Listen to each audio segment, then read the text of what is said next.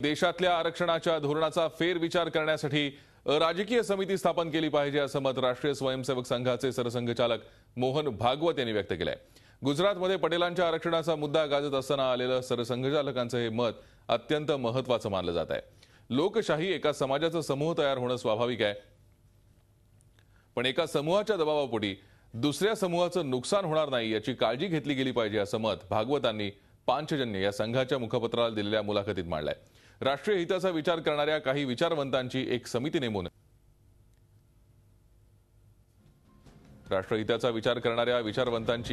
बनवली पाहिजे असं मत सरसंघचालक मोहन भागवत यांनी मांडलंय। ही समिती सामाजिक समता आणि राष्ट्रहिताचं भान ठेवेल। समितीला स्वायत्त आयोगाचा दर्जा मिळाला पाहिजे, सदस्य राजकारणी नसावेत। समितीवर सरकारचा अंकुश मात्र असावा असं मत भागवत यांनी मांडलंय। यामुळे प्रामाणिकता आणि पारदर्शकता साधता येईल असंही ते म्हणतायत। राष्ट्रहिताचा विचार करणाऱ्या विचारवंतांची एक समिती बनवली पाहिजे असं मोहन भागवत यांनी मत मांडलेलं आहे। आरक्षणासंदर्भात फेरविचार व्हायला हवा असं मत सरसंघचालक मोहन भागवत यांनी मांडलंय। संघाचं मुखपत्र असलेल्या पांचजन्याला मुलाखत देताना त्यांनी मत मांडलंय। घटना अभ्यासक उल्हास बापट सध्या आपल्याबरोबर आहेत। उल्हास बापट, सरसंघचालकांची भूमिका काय दर्शवते?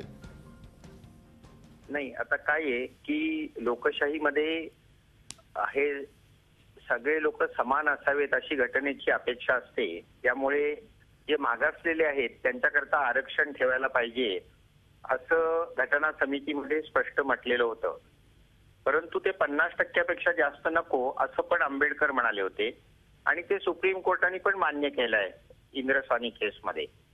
आता प्रश्न असा आहे की याचं राजकारण झाल्यामुळे आरक्षण कमी करण्याच्या ऐवजी आरक्षण वाढवत चाललेली आहेत। म्हणजे 50 ते 55 होतं, 70 होतं, काही राज्यात 75 होतं। तेव्हा याच्यावर निश्चित पुनर्विचार व्हायला पाहिजे। म्हणजे कुठल्याही राजकारणात न पडता माझं स्वतःचं पण असंच मत आहे की कायदे मंडळात जे आरक्षण आहे ते दर 10 वर्षाला घटना दुरुस्ती करून वाढवलं जातं, पण नोकऱ्यांमध्ये शिक्षणांमध्ये जे आरक्षण आहे त्याच्याकरता तज्ञ लोकांची समिती नेमून त्याचा पुनर्विचार व्हायला पाहिजे असं माझंही मत आहे। एकूणच हा फेरविचार झाला तर हा तिढा सुटेल असं वाटतं का?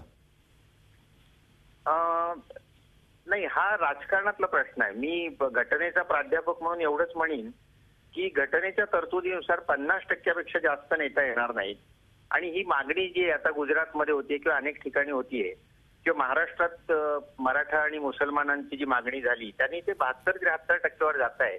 हे घटना विरोधी आहे आणि मला असं वाटतं की राजकारणी लोकांनी आत्मसंयम बाळगला पाहिजे की बाबा 50 आपण घटनेप्रमाणे पुढे चाललोय, लोकशाही जगवायची आपल्याला। त्यामुळे आरक्षण मागणाऱ्यांनी पण तारतम्य ठेवलं पाहिजे आणि जे सत्तेत आहेत त्यांनी फर्म राहिलं पाहिजे की 50% वर मिळणार नाही। खरंय, म्हणजे राजकीय स्वार्थ बाजूला ठेवून समाजहिताचा विचार करून लोकशाही सुदृढ कशी होईल या दृष्टीने विचार करायला हवा। धन्यवाद उल्हास बापट आमच्याशी बोलत त्याबद्दल। एकूणच संघाच्या भूमिकेनंतर या नव्या वादाची नांदी तर आता दिसतीये, मात्र या सगळ्यामधून आता सरकार काय भूमिका घेतं हे पाहणं महत्त्वाचं ठरणार आहे। झी 24 तास रहा एक पाऊल पुढे।